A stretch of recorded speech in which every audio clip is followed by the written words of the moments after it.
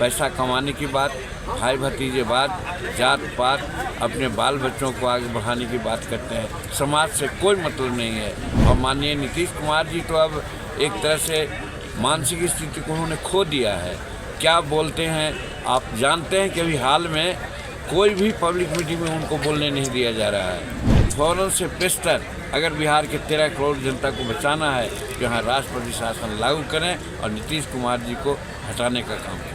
देखिए, ये सौभाग्य की बात है और जहानाबाद के साथियों को हम बहुत बहुत धन्यवाद देते हैं कि पटेल साहब जिनको लोग विसारने का काम किया था, आज उनका नाम उजागर करने के लिए जहानाबाद के ऐसे अंचल में आज रखा गया है उनके पुण्यतिथि। इसके लिए बहुत बहुत धन्यवाद हम देते हैं। और पटेल साहब, हम समझते हैं कि दुर्भाग्य रहा हिंदुस्तान का कि अगर पटेल साहब को वाकई तरजीह दी जाती और भारत के प्रधानमंत्री प्रथम बन गए होते तो आज हिंदुस्तान की जो स्थिति है वे नहीं रहती और कहीं आगे और बढ़ती। ये सौभाग्य है पटेल साहब के बाद नरेंद्र मोदी जी आज उनके स्थान को पूरा करने में लगे हुए हैं। और यही कारण है कि जो भारतीय झंडा, जो तिरंगा है, तीनों को मिला करके आज सामंजस्य स्थापित करके चलने की बात कर रहे हैं। जो अभी आपने देखा होगा कि तीनों राज्य के जो मुख्यमंत्रियों का चयन हुआ है उसमें नरेंद्र मोदी ने दिखलाया है।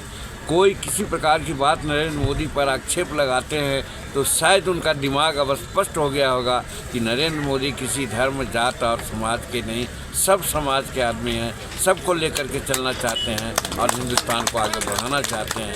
ये साबित हो गया है।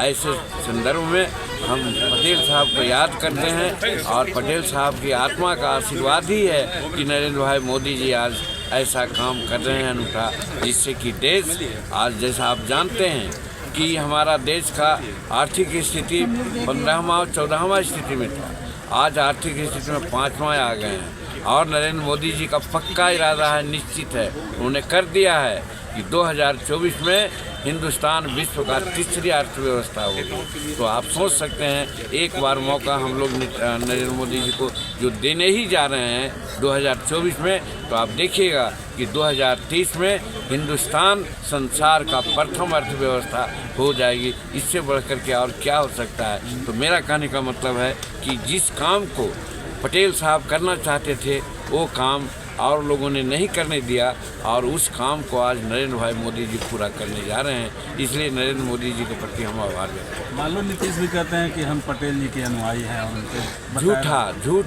झूठी बात बोलते हैं वो लोग सिर्फ क्या कहते हैं, नारेबाजी की बात करना कहते हैं। छपास लोग हैं, बात सिर्फ करते हैं, काम कुछ नहीं है।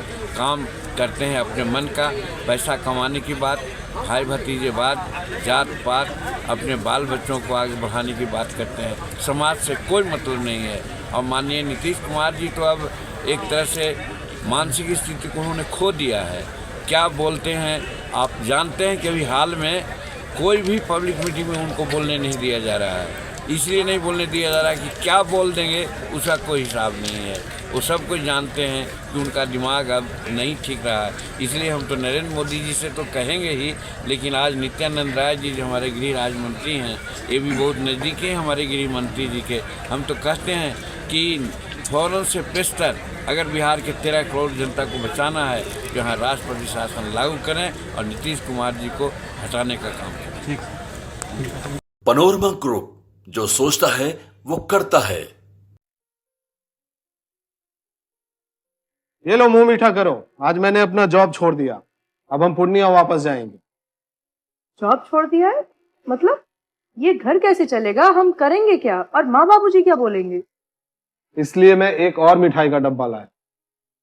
अपने बिजनेस के लिए लोन अप्रूव हो गया। अरे लोन अप्रूव हो गया वो तो ठीक है, लेकिन पूर्णिया में हम रहेंगे कहाँ? अपना घर भी तो नहीं है वहाँ। इसलिए तो एक और मिठाई का डब्बा अलग से लाया हूँ। हमने पूर्णिया में घर ले लिया है, पूर्णिया के ई होम्स पैनोरमा में।